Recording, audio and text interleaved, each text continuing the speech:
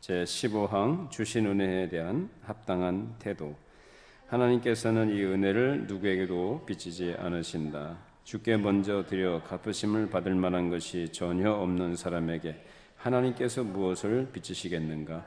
자신의 것이라고는 죄와 거짓 말고는 아무것도 없는 사람에게 하나님께서 진정 무엇을 빚지시겠는가? 그러므로 이 은혜를 받은 사람은 오직 하나님께만 영원한 감사를 빚지며 영원히 감사드린다. 반면에 이 은혜를 받지 못한 사람들은 이 영적인 것들에 전혀 관심이 없으며 자신의 상태에 만족하고 거짓 안정 속에서 자신이 가지지 않는 것을 가지고 있다고 헛되이 자랑한다. 나아가 겉으로 신앙을 고백하고 행실을 고치는 사람들에 대해 우리는 사도들의 예를 따라 가장 호의적인 방법으로 판단하고 말해야 한다. 우리는 사람의 깊은 마음속을 모르기 때문이다. 그리고 아직 부르심을 받지 못한 사람들을 위해서 없는 것을 있는 것으로 부르시는 분이신 하나님께 기도하는 것이 우리의 의무이다. 하지만 결코 우리가 자신을 스스로 남달리 구별한 것처럼 교만하게 굴어서는 안 된다. 사람이 거듭나는 것, 즉 중생, 그리고 회심하게 되는 것은 하나님께서 주시는 전적인 은혜에 근거한 것이고 은혜의 결과인 것이다 라고 성경은 우리에게 가르치죠. 그래서 어느 누구도 이 은혜를 받을 만한 자격이 있거나 어떤 공로가 있어서거나 어떤 자격이 되어져서 이 중생과 회심의 은혜를 누리는 사람은 어느 누구도 없습니다. 우리는 그동안 이런 부분들은 늘 누차 강조해왔고 함께 나눴습니다만 이 은혜는 하나님께서 어떤 사람에게 빚을 지거나 그것을 갚으셔야 될 그런 입장에 있기 때문에 주시는 것도 아니고, 그래서 왜 사람은 어느 누구도 하나님께 그것을 요구할 수 있는 권리, 주장을 할 수 있는 위치에 있지 않습니다.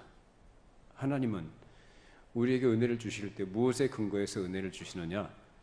하나님 자신의 약속의 말씀에 근거해서, 그리고 하나님 자신의 그런 속성에 근거해서 우리에게 주십니다. 하나님은 자비로우신 분이시고 은혜 베푸시기를 기뻐하시고 긍휼이 풍성하신 분이시다.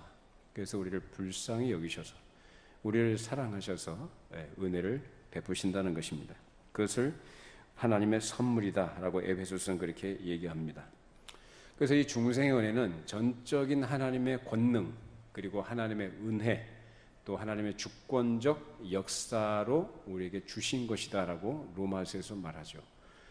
사도 바울이 로마서에서 그 토기장이를 비유를 들어서 얘기합니다. 진흙 한 덩이를 가지고 토기장이가 무엇을 만들든지 그것은 그 토기장이 마음 아니냐. 그것을 어떤 용도로 만들든지 어떻게 만들든지 그것을 깨버리든지 그것은 누구 마음인가? 토기장의 마음이다라는 거죠. 그래서 지음을 받은 물건이 거기에 도무지 한거할 수 없다. 이유를 댈 수도 없고 뭐 따질 수 없는 것. 그래서 전적인 주권이다라는 것을 얘기합니다. 그러니까 이 부분은 우리가 그대로 인정하고 들어가야 돼요. 내가 이성적으로 납득이 되지 않거나 내가 생각할 때 공평치 못하다는 이런 생각을 하게 되면 끝없이 인간은 하나님께 따지고 들게 됩니다. 따지고 들어봐야 답이 나오는 건 뻔한데 그래도 사람은 계속 따지기를 좋아해요.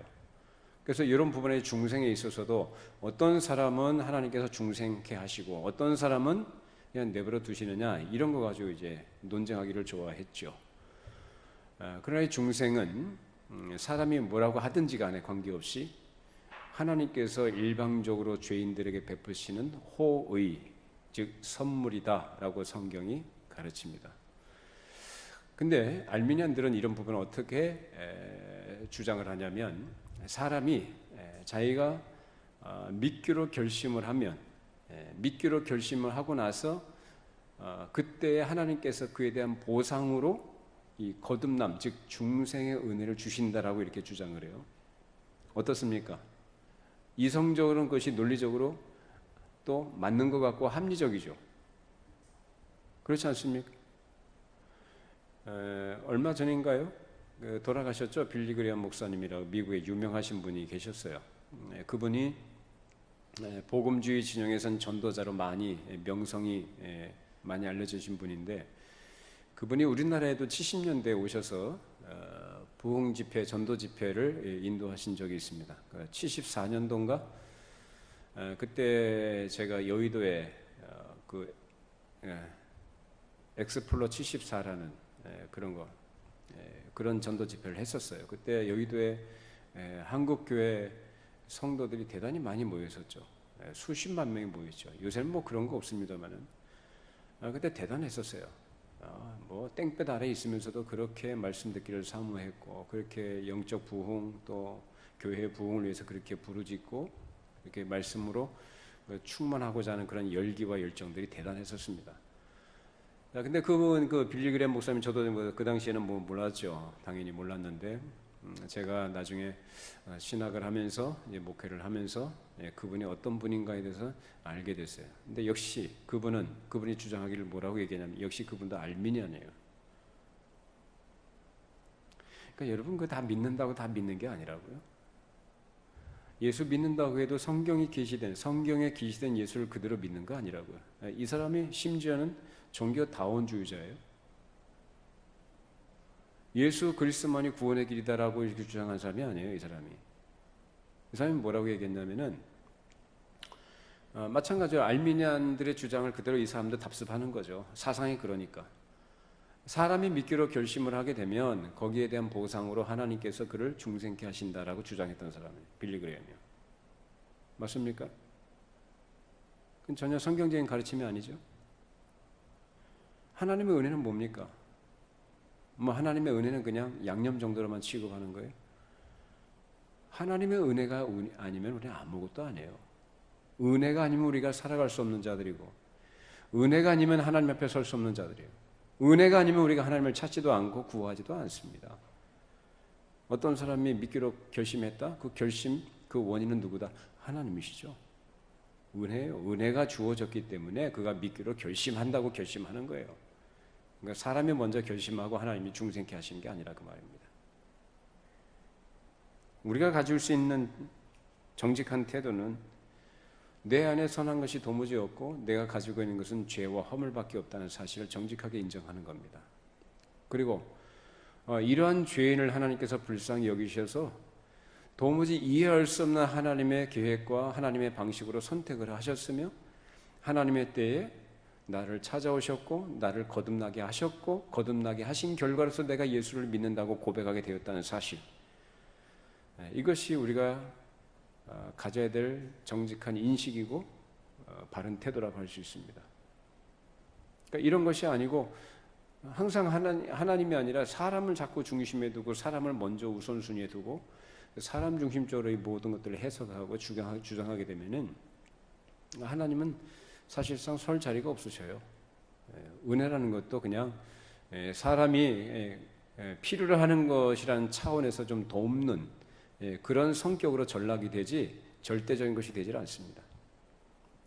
그냥 선택사항이고 있으면 좋고 없어도 그만인 그런 것이 되어버리는 거죠. 그건 전혀 성경적인 것이 아니고 사탄은 바로 이러한 사상을 가지고 많은 사람들과 교회들을 그동안 미혹해왔고 타락을 시켜왔습니다. 그러니까 믿는다고 안 믿는다고 안 해요. 믿는다고 그래요. 믿는다고는 하는데 유사한 거죠. 근데 우리가 믿음이라는 것은 성경에 말하는 믿음은 분명해야 되고 선명해야 되고 확실해야 됩니다. 성경대로 믿으시기를 바랍니다. 내 마음대로가 아니고 내가 믿고 싶은 대로의 방식이 아니라 성경이 가르치는 대로 성경에 계시된 방식 그리고 하나님이 일하신 방식이 무엇인지를 바르게 이해를 하십시오. 그리고 이해를 하시고 바르게 믿음의 토대를 세워가십시오. 그것이 정당하고 바른 길입니다. 우리는 하나님께 빚진 자라는 사실을 우리가 늘 기억해야 돼요. 그래서 빚을 졌다. 그래서 1만 달란트 예수님께서 말씀하셨죠. 복음서에서 1만 달란트 빚진 자를 얘기하시고 100데나리온 빚진 자를 말씀하셨습니다. 그 1만 달란트라는 것은 사람이 천년 만년 죽었다 깨나도 갚을 수 없는 거, 그 어마어마한 영원한 빚을 1만 달란트로 표현한 겁니다. 안 되는 거예요. 그런 은혜를 입은 자죠, 우리가. 그래서 1만 달란트 빚진 자로 표현된 우리 죄인들, 용서받은 죄인, 빚을 탕감받은 죄인들, 그러니까 우리가 뭐 해야 돼요? 우리가 가져야 될 태도, 그 은혜에 대한 감사죠. 그러니까 자기를 아는 거죠. 감사할 줄 아는 사람은 자기를 아는 거예요. 그리고 하나님이 어떤 분인지를 아는 거죠. 그것이 예수를 믿는 사람들이 가져야 되는 가장 기본적이고 중요한 태도입니다. 예, 감사는 보통 세상 종교에서 말하는 것처럼, 그리고 기타 종교심 가지고 말하는 사람들처럼 나에게 무엇을 주셨고 뭘 해주셨고 뭐 응답해 주셨고 어떻게 이루어 주셨고 우리 자식 잘 되게 해주시고 사업 잘 되게 해주시고 뭐 이런 유해를, 이건 물론 우리가 감사해야 될 내용이긴 하죠. 그건 당연한 거죠.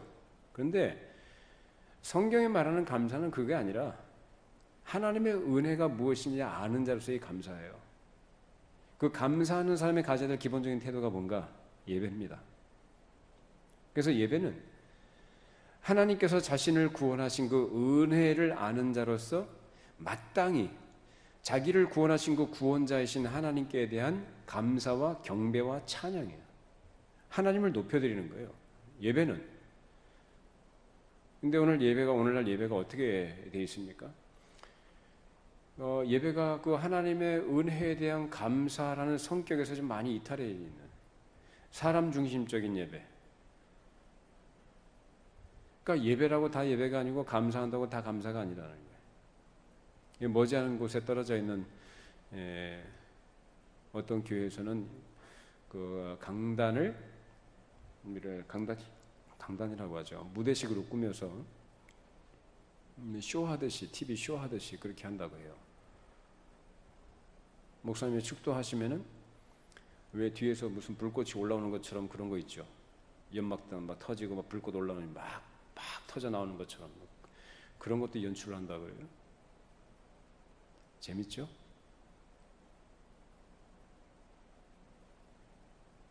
그게 제가 아는 어떤 목사님이 휴가 때 한번 그 교회를 가봤대요. 그래서 주일 예배 참석했는데 그걸 보고 깜짝 놀랐다는 거죠.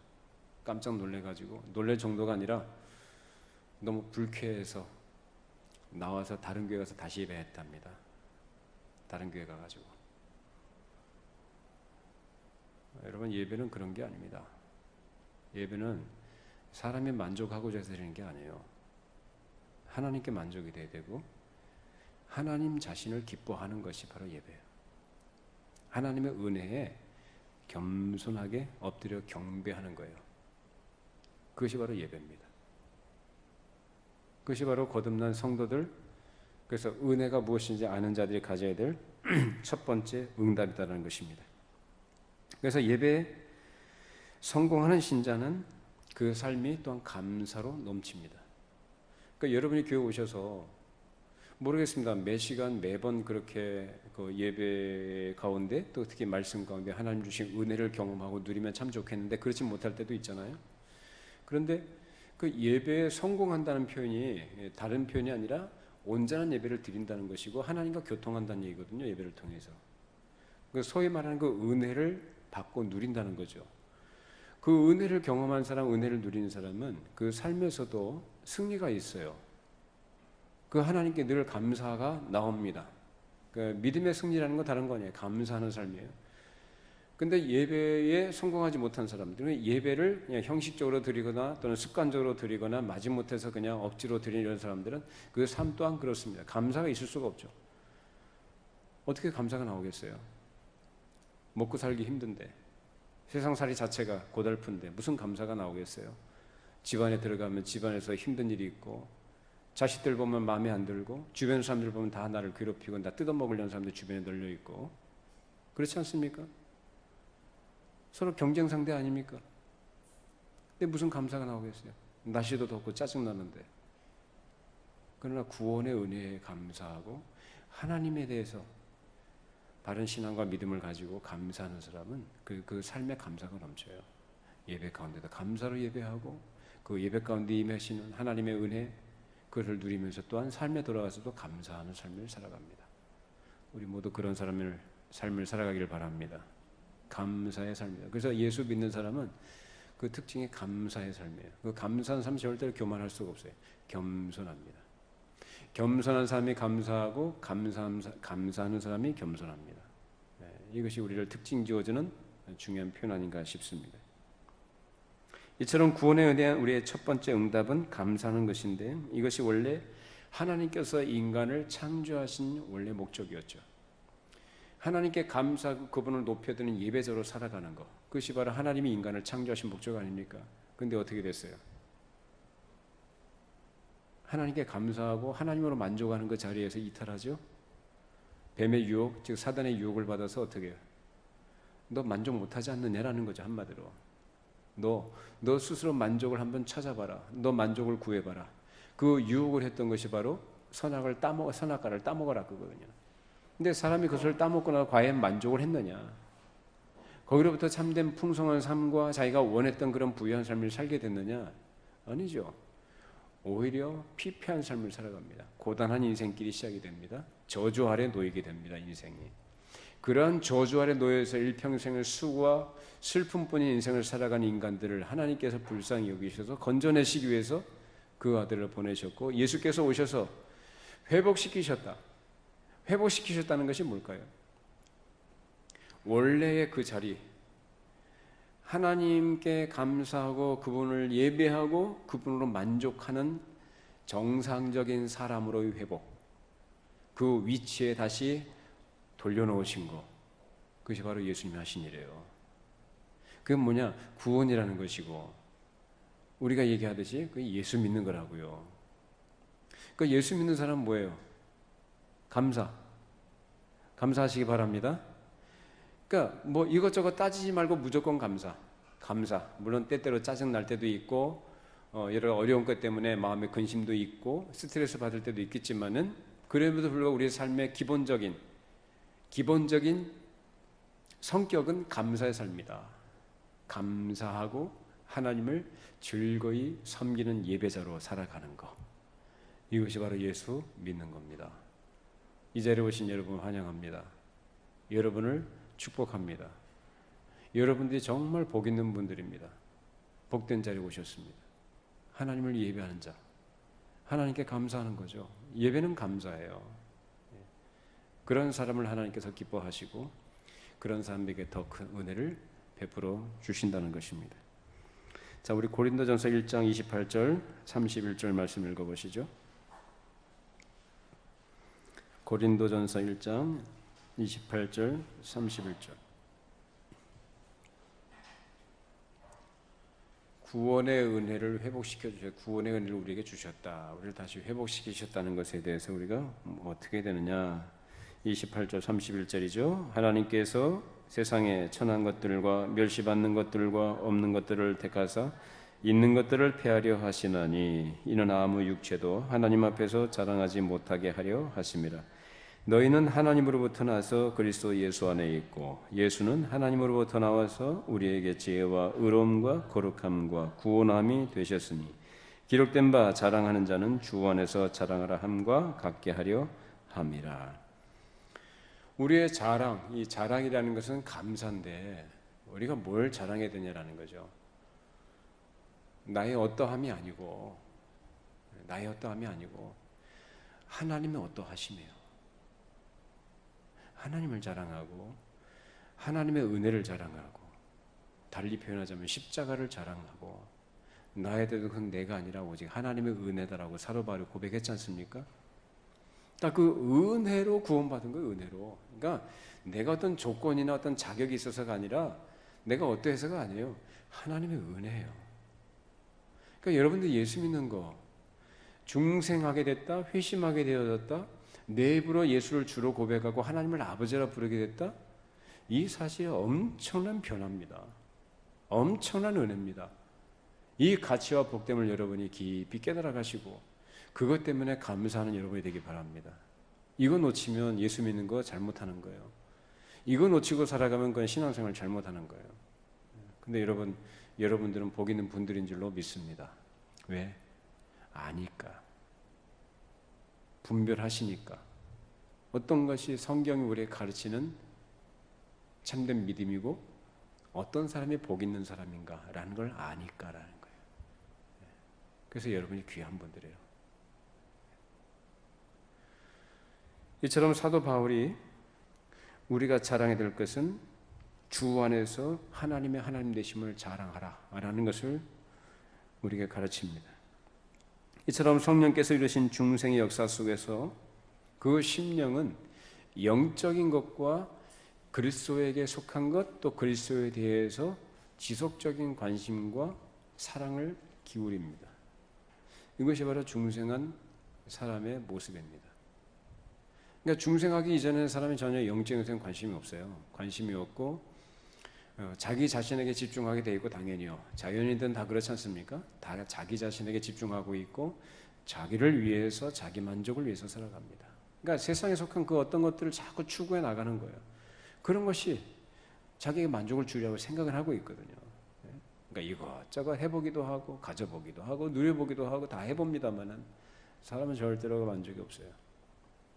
그러나 중생한 사람은 그렇게 안 살아요. 중생한 사람은. 따라서 중생의 역사 속에서 심령이 영적인 것과 그리스도에 대한 관심을 갖게 될 때 그리스도의 필요성과 소중성을 깨달아서 그리스도께로 나아간다는 것입니다. 근데 만약 예수를 믿는다고 하면서 이 영적인 것과 그리스도에 대한 관심이 전혀 없다면 그 사람은 아직 중생, 거듭나지 못한 사람, 회심의 역사를 아직 경험하지 못한 것입니다.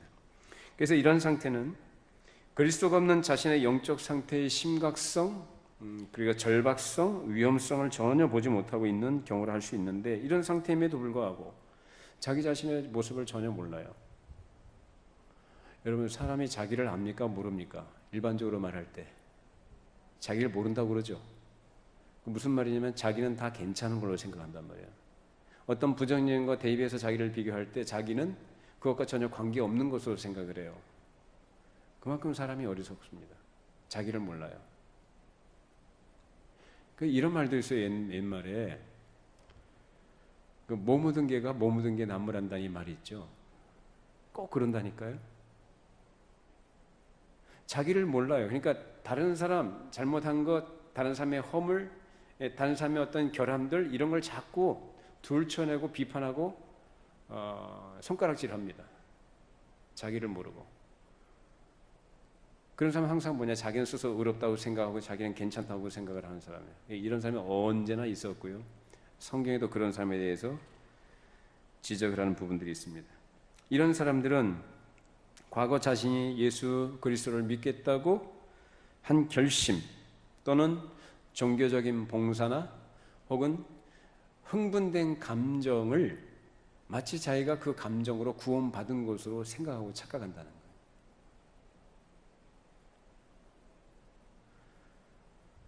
내가 믿겠다고 결심을 해요. 어떤 경우에 복음을 듣고 전도를 받고, 어떤 경우에 그렇게 뭐 마음에 뭐가 와 닿는지 어쩐지 몰라도 자기가 믿겠다고 결심을 한 것을 근거로 삼는 사람도 있고, 어떤 경우에는 종교적인 봉사, 쉽게 얘기하자면 교회에 와서 이런저런 봉사를 많이 하는 사람들. 그것도 어떤 경우에는 이제 흥분된 감정 있잖아요. 감정이 흥분되잖아요. 종교적인 어떤 그런 분위기 속에 들어가게 되면 사람들이 막 흥분하잖아요. 흥분된 감정이 마치 자기가 구원 얻은 믿음인 것으로 착각을 한단 말이에요. 여러분, 특히 어떤 특별한 프로그램이라든지 어떤 교회에서 행사할 때라든지 또는 어떤 집회 같은 경우에, 찬양 집회 같은 경우에, 특히 젊은 사람들은 거기에서 어떤 잔잔하고 깊은 그 성경이 말하는 은혜를 누리기보다는 사실상 고조된 그런 분위기 때문에 흥분하거든요. 사람은 그렇잖아요. 그 사운드 좋죠, 조명 좋죠. 그러니까 앞에 리더가 또 아주 너무 잘해요. 그러니까 이게 활짝 마음을 열고 같이 마음을 모아서 그때 같이 노래도 부르고 땀 흘리면서 뛰기도 하고, 이제 그러면서 이제 그런 집회 속에서 이제 몰입하게 됩니다. 그건 자체가 나쁘다는 건 아닙니다. 저는 우리 그 젊은 사람들이 그래도 세상 문화에 취하지 않고 그런 데 가서 같이 찬양하고 또 그 수준에서 나름 진정성을 가지고 하나님을 찾고 구하는 그런 마음의 태도, 이 자체는 제가 귀하다고 봐요. 저는 그걸 부정적으로 보지는 않아요. 그러나 그거 자체가 참된 은혜이거나 그 자체가 참된 믿음이라고 말하는 것은 경계해야 된다. 그런 부분은 분별할 줄 알아야죠. 아니, 음악 소리가 그렇게 빠른 템포에다가 우리 경쾌하게 그 소리가 나오는데 누가 거기서 침울한 사람 누가 있겠어요? 정상이 아니죠. 그것이 경쾌해지고 마음이 즐거워지고 마음이 들떠 있는 것이 그건 정상적인 거예요. 그러나 그것이다라는 거죠. 그것이다. 무슨 말인지 이해되십니까? 그거라는 거예요. 거기에서 우리가 어떤 의미에서는 그런 우리 안에 있는 어떤 그런 부분들이 또 해소되는 그런 부분들도 있고 좋아요. 그러나 그 자체가 은혜라든지 은혜의 수단이라든지 또는 그것이 믿음의 어떤 근거가 된다는 식의 얘기는 우리가 조심해야 된다. 아니다라는 거예요. 왜냐하면 그건 감정이거든요. 그러니까 자기 감정에 속으면 안 된다는 거죠. 실제로요. 어떤 목사님하고 대화를 하는데 그 교회에서 어떤 새로 이제 오신 젊은 분이 계시는데 이제 그분하고 이제 1대1 성경 공부를 하면서 그분으로부터 그런 얘기를 들었답니다. 무슨 얘기냐면 자기가 젊었을 때에 그런 찬양 집회를 갔을 때 자기 옛날에 그래도 믿음이 있었다는 식으로 얘기를 하더래요. 옛날에 믿음이 있었다. 찬양 집회 가가지고 막 눈물도 흘리고 큰 은혜를 받고 그것을 누렸다는 거죠. 근데 그들이 교회를 안 나간 거예요. 안 나가다가 지금 다시 어떤 계기가 돼서 이 교회에 나오게 돼서 이제 성경 공부를 하던 중에 그 얘기를 하더랍니다. 그러니까 자기가 옛날엔 믿음이 있었다라고 얘기한다는 거예요. 그 믿음입니까? 그 믿음이 아니에요. 그러니까 자꾸 그것을 믿음이라고 생각을 해요. 물론 굳이 얘기를 하자면은 뭐 구원 얻는 믿음이라는 것처럼 구원 얻는 믿음이 아닌 믿음들이 있죠. 근데 그런 유의 것들입니다. 근데 그런 것들은 중생 또는 회심의 역사로 우리가 얘기할 수 있는 부분은 아니다라는 거죠. 그래서 이런 부분들이 그러면 교회 안에 모든 사람들이 다 거듭난 사람이어야만 되느냐라는 문제를 얘기하자면 그렇지는 않습니다. 교회의 속성을 얘기할 때, 교회의 본질을 얘기할 땐 그렇습니다만은 이 땅에 있는 눈에 보는 가시적 교회 안에는 불신자들도 섞여 있고 아직 중생을 경험하지 못한 사람들이 아직 많이 있어요. 그러니까 그 사람들 다 내쳐야 되냐? 아니죠. 그 어느 누가 처음부터 그렇게 중생하고 이렇게 들어온 사람이 누가 있겠어요? 다 찾아가는 과정이고 그런 거치는 과정을 통해서 하나님의 때에 하나님께서 일하신 결과로 중생하게 되는 것입니다. 우리가 그런 걸 우리가 이해를 해야 된다는 겁니다. 그러니까 아직 모자란 부분에 있고 수준이 낮은 사람들이든지 결함이 많아 보이는 사람들, 아직까지 믿음이 뭔지 제대로 모르고 자기가 믿음이 있다고 생각하는 이런 사람들에 대해서 우리가 그냥 무작정 덮어놓고 비판하거나 잘못했다고 말할 건 아니다라는 거예요. 이해를 해야 된다는 거죠. 왜? 나도 그랬으니까 옛날에 내가 알고 있는 게 전부 다인 것으로 알았죠. 그러니까 책 한 권 읽은 사람이 무섭다는 말처럼 책 한 권 읽어놓고 그게 전부인 것으로 알고 있었던 때가 있었다 그 말입니다. 근데 하나님의 인도하심 또 하나님께서 역사하신 그런 일들을 경험하면서 바른 믿음과 어떤 신앙의 방향성을 가지고 살아가게 되는 거죠. 다 자리 잡아가는 과정이에요. 자, 그런데 그럼에도 불구하고 우리가 분별을 해야 될 것은 이런 거짓된 확신 가운데 있는 것에 대해서는 우리가 어떻게 우리가 해야 되느냐라는 거죠. 거짓된 확신 가운데 그냥 안주하고 있으면 안 되잖아요. 거짓된 확신 가운데 있는데도 불구하고 뻔히 보이는데도 불구하고 그것을 내버려 둬야 되느냐라는 거예요. 뭐 그 거짓된 확신 가운데 있는 사람이 어떤 모습을 갖고 있는가? 우리 요한계시록 찾아보십시다. 요한계시록 3장 17절 말씀.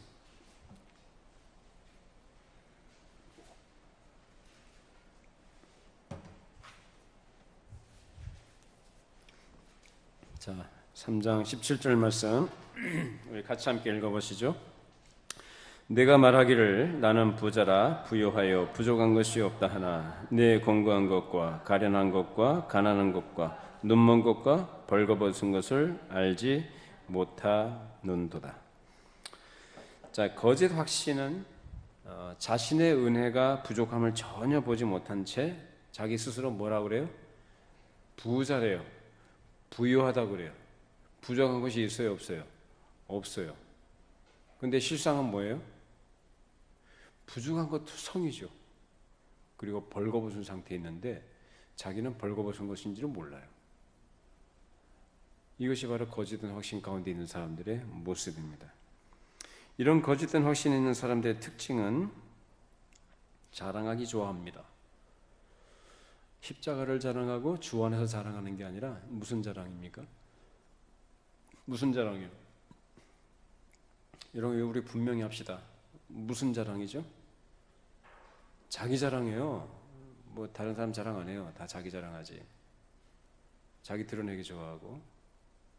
그러다 보니까 특징이 뭘로 나타나냐? 말이 많다는 거예요. 말이 많아. 어쩌면 그렇게 똑같은지 모르겠어요. 공통적이에요. 제가 짧은 목회를 했지만은 부교육자 때부터 지금까지 쭉 경험해본 바에 의하면 어쩌면 성경 말씀이 그대로냐라는 거죠. 주 안에서 자랑하는 사람은 말이 없어요. 근데 자기 자랑하는 식이 좋아하는 사람은 말이 많아. 그리고 공통적인 것이 늘 불평한다는 거예요. 감사하고 또 은혜를 나눈다고 하면서도 그 깊은 마음속에 뭐가 있냐? 불평이 있어요. 불만족스러워하고 그런 특징들이 있습니다. 여러분, 우리 주 안에서 자랑하기 바랍니다. 우리 하나님만 자랑합시다. 하나님의 은혜만 우리가 자랑하고 그 은혜 우리 감사합시다. 그럼 되죠. 뭐 자기 드러낼 게 뭐가 있어요. 그러니까 이런 것들이 다 그렇게 다 배제가 돼야 되는 거예요. 이런 것들이 다 내려져야 되고 포기되어야 되고 다 그냥 죽어져야 돼요. 제가 몇 주 전인가 말씀드렸죠. 우리 신앙생활을 조용히 하자고. 신앙생활 조용히 하자고. 그 아주 중요한 의미가 들어있는 말이에요. 조용히 하자고.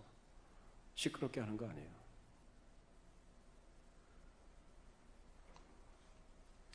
자, 그러면 우리 자신뿐만 아니라 어떤 사람이 회심했는지 또는 회심하지 않았는지 참 이것은 굉장히 중요한 문제고 어찌 보면 영적인 것에 관심을 갖고 있는 분들이라고 한다면 아주 지대한 관심사일 겁니다. 내가 과연 거듭난 사람인가? 나는 정말 중생을 체험했는가? 라는 거죠. 이런 거 우리가 어떻게 할 수 있냐라는 거예요. 알 수 있어요? 없어요? 알 수 있어요. 어떻게 해요? 성경에 나와 있잖아요.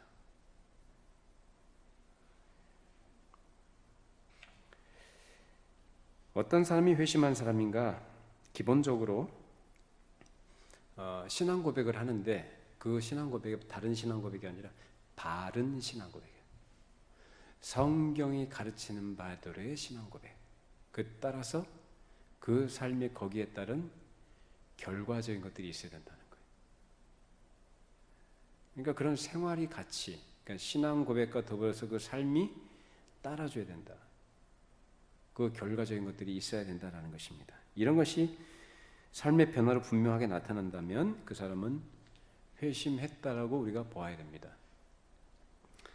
자, 우리는 사람의 심령을 완전히 꿰뚫어 볼 수 있는 능력이 없죠. 꿰뚫어 볼 수 있는 능력이 없는데 따라서 어떤 사람의 은혜 여부에 대해서 즉 그 사람의 중생의 은혜가 있는가 아닌가 여부에 대해서 함부로 또는 성급하게 판단하면 안 됩니다. 조심해야 됩니다. 때로 그 열매가 분명하게 보일 때까지 판단을 유보하는 것도 덕스러운 방법일 것입니다. 왜냐하면 훌륭하게 신앙 고백을 하고 어느 정도 변화된 삶의 모습을 보이던 사람인데 세상으로 다시 돌아가잖아요. 그러면 결국은 어디에 누를 끼치게 되냐면은 그를 받아준 교회에 누를 끼치게 됩니다. 우리는 정확히 알 수가 없기 때문에 분명하게 확신할 수 없기 때문에 그런 부분에 있어서 우리가 실수할 수 있고 또 그런 의미에서 교회에서 그런 사람을 받아줬을 때 그런 사람을 위해서 교회가 힘들어질 수도 있어요.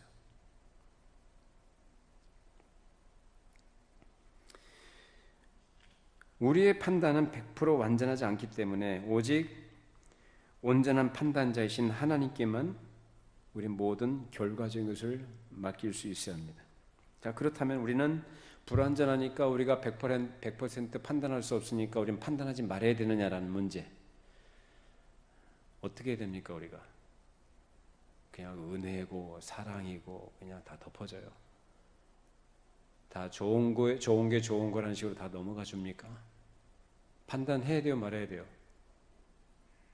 판단해야 되죠. 왜 판단해야 됩니까? 그 판단 자체가 나쁜 건 아니잖아요. 그렇죠? 분별하는 거니까. 그 판단을 해야 되는데 그 판단을 왜 해야 되는가라는 것. 그 판단의 근거가 뭔가? 분명히 예수님 말씀하셨어요. 십자가의 도라는 것 또는 제자 도라는 것으로서 예수님께서 분명히 말씀하신 부분이 있어요. 그것에 근거해서 우리는 판단해 볼 수가 있어요. 자, 우리 찾아보십시다. 자, 누가복음 14장 25절 35절까지. 누가복음 14장 25절 35절 말씀.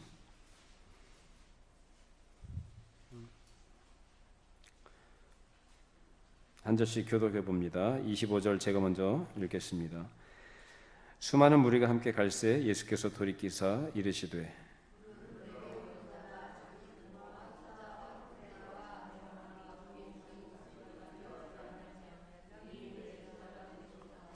누구든지 자기 십자가를 지고 나를 따르지 않는 자도 능히 내 제자가 되지 못하리라.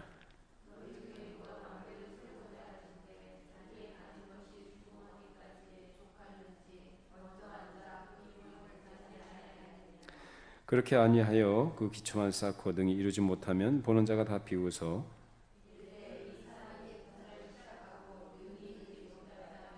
또 어떤 임금이 다른 임금과 싸우러 갈 때 먼저 앉아 1만 명으로서 저 2만 명을 건드리고 오는 자를 대적할 수 있을까 헤아리지 아니하겠느냐?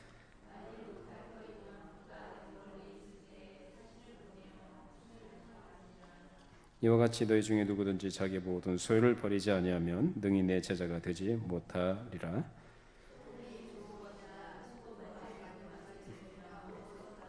같이요 땅에도 걸음에도 쓸데없어 내 버리느니라. 들을 귀가 있는 자는 들을지어다 하시니라. 자, 누가 진정한 구원의 은혜가 있는지 없는지 우리가 여부를 판단하는 기준, 이 기준이 바로 이 부분입니다.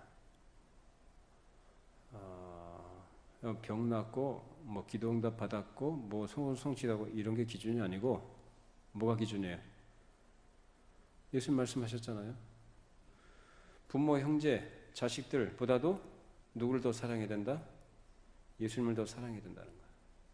또 자기를 부인하고 우리 좀 나눴었죠? 주일날 자기 부인과 자기 십자가를 지고 주님의 뒤를 따르는 것이어야 합니다. 이것이 어떤 사람이라고요? 진정한 중생의 은혜, 구원의 은혜가 있는 사람이다. 이렇게 해야만 구원의 은혜가 주어진다는 게 아니고 구원의 은혜가 있는 사람, 그 사람은 어떻게 해요? 예수님 말씀하신 이 특징들을 가지고 주님을 섬기며 살아간다는 거예요. 이것을 우리가 알 수 있어요. 판단해 볼 수 있어요. 자, 그럼 우리가 판단해야 되는 두 번째 이유는 뭐냐면 교회의 거룩성을 위해서, 교회의 순결을 위해서 우리가 판단할 수 있어야 합니다. 왜냐하면 이런 거짓된 확신 가운데 있는 사람들이 교회 안에 많이 있을수록 교회가 어떻게 될까요? 교회가 하나님의 은혜에 합당한 모습과 방향으로 사명을 제대로 감당해 나갈까요? 못할까요? 당연히 못하죠. 왜? 이 거짓된 확신 있는 사람들이 자꾸 거침돌이 되거든요. 회방거리가 되고 거침거리가 되고 무거운 짐이 됩니다. 교회. 어려운 거예요. 교회가 힘들어져요. 그래서 이런 부분을 우리가 판단해야 된다. 마태복음 25장에 보면 예수님께서 위선자를 분별하도록 말씀하셨는데 25장의 내용은 열처녀 비유가 나오죠. 열처녀.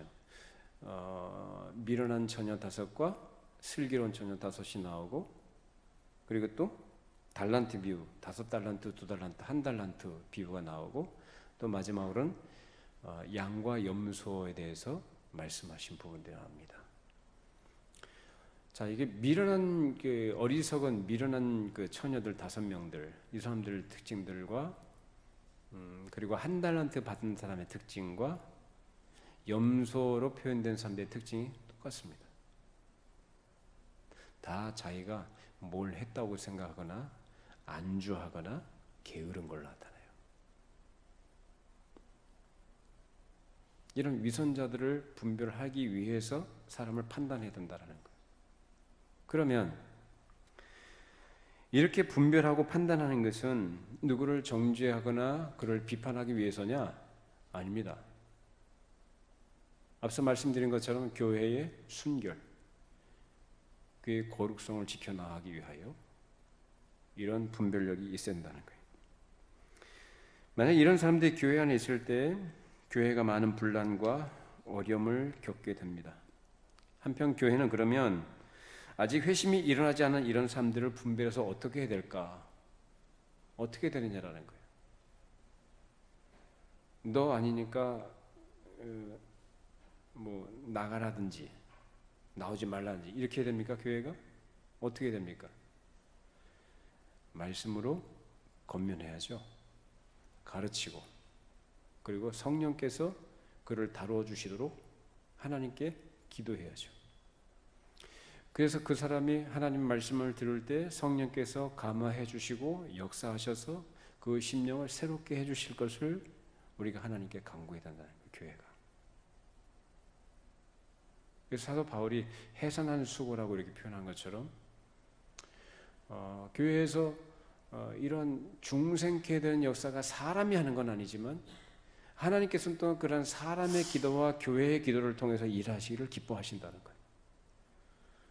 우리 옆에 또는 우리 가운데 어떤 경우에 구원의 은혜가 없는 분들이 있다라고 판단이 되어지면 그분을 위해서 더 간절히 기도해 주시기 바랍니다. 배려해 주시고 기도해 주시고 또 하나님 말씀을 들을 때 성령께서 강력하게 역사해 주시도록 그 심령을 새롭게 해 주시도록 말씀을 깨닫고 돌이키도록 은혜 주실 것을 위해서 기도하시기를 바랍니다. 그리고 절대로 내가 거듭난 중생의 은혜가 있는 사람임이 내가 확인이 되고 그것이 확신이 된다면 나는 그다음에 그렇게 중생치 못한 분들에 대해서 아직 거듭남의 은혜가 없는 사람들에 대해서 우리가 어떤 태도를 가져야 되느냐라는 부분은 마지막으로 말씀드립니다. 교만하지 말라고 그러죠. 근데 이런 사람 참 중생의 은혜가 있다고 교만하면 안 되는데 교만한 분들이 또 있어요. 중생하지 못하는 사람들은 마치 무슨 계급이 낮은 것이거나 아니면은 무슨 상종하지 말아야 될 사람처럼 그렇게 생각을 하고 이렇게 막 하대하고 이런 그런 태도를 가진 분들이 있어요. 중생한 사람은 그런 태도를 안 가지죠. 아까 말씀드린 것처럼 하나님 앞에서의 겸손이 아니라 겸손뿐만 아니라 사람 앞에서도 겸손합니다. 약한 분들 앞에서 우리 모두 겸손하시기 바랍니다. 왜? 내가 중생의 은혜를 경험하고 그 은혜 안에 있는 것은 내가 잘나서거나 내가 훌륭해서거나 내가 무엇을 해서가 아니거든요. 나도 그랬거든요. 그런 나를 하나님이 어떻게 하셨어요? 불쌍히 여기셨죠. 먼저 부름받은 것 뿐입니다. 먼저 부름받은 것이 뭐 대수입니까? 먼저 부름받았으면 더 많이 일을 하고 더 많은 책임이 있는 거 아닙니까? 오히려 포도원 일꾼을 불러러 들여보내려고 포도원지에 갔을 때 맨 나중에 부름받은 사람 있잖아요. 그 사람이 해지기 바로 직전에 부름받아서 포도원에 들어가서 일했거든요. 잠깐 일했어요. 근데 똑같은 삭스를 받았어요. 먼저 오전에 부름받은 사람과 똑같이. 오전에 부름받은 사람이 뭐라 그래요? 자기는 하루 종일 땜 뺏어서 일했는데 어찌 이제 갓 들어온 사람하고 똑같은 품삯을 줍니까? 하고 따지고 들죠. 이게 은혜가 뭔지를 모르는 거죠. 예? 이런 사람들이 있어요. 아주 기분 나빠요. 그런 사람들 보면은. 일찍 부름받았다는 거죠. 자기가 소위 말하는 엘리트 의식을 갖는 거예요. 엘리트. 난 일찍 부름받았다. 특별한 어떤 사람이다라는 이 의식들. 나중에 부름받은 사람들에 대해서는 아주 무슨 뭐 열등한 사람 보듯이 이렇게 쳐다보는, 이게 은혜가 뭔지를 모르는 사람이죠.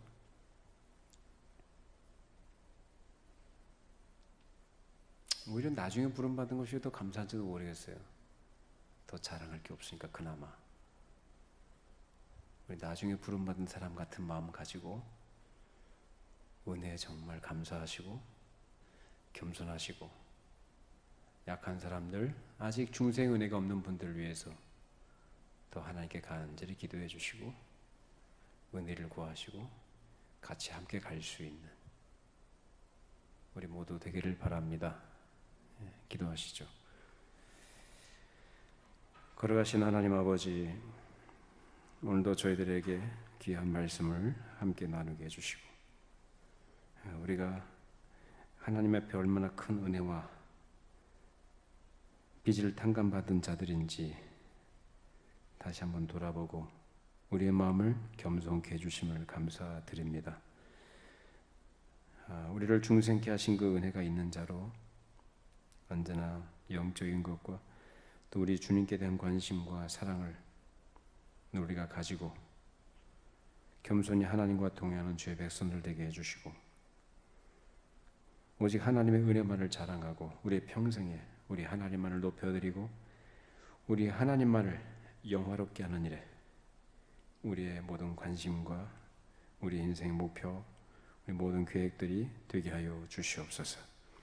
우리를 통하여 영광 받으시기를 기뻐하신 하나님, 참으로 주의 백성들에게 늘 겸손한 마음 주시고 은혜를 더 깊이 알아가는 진실한 깨달음과 또 감사하는 마음을 갖게 하셔서 범사의 하나님을 인정해드리고 우리 하나님의 영광과 그 나라를 위해 헌신하고 충성하는, 또 아직까지 거듭나지 못한 우리의 지체들, 또 우리 교우들 가운데 또 연약한 부분들을 함께 돌아보고 함께 세워가며 또 권면하며 또 천성을 향해 갈 수 있는 하나님의 은혜를 구하는 기도의 사람들이 되게 하여 주시옵소서. 예수님의 이름으로 기도하옵나이다. 아멘.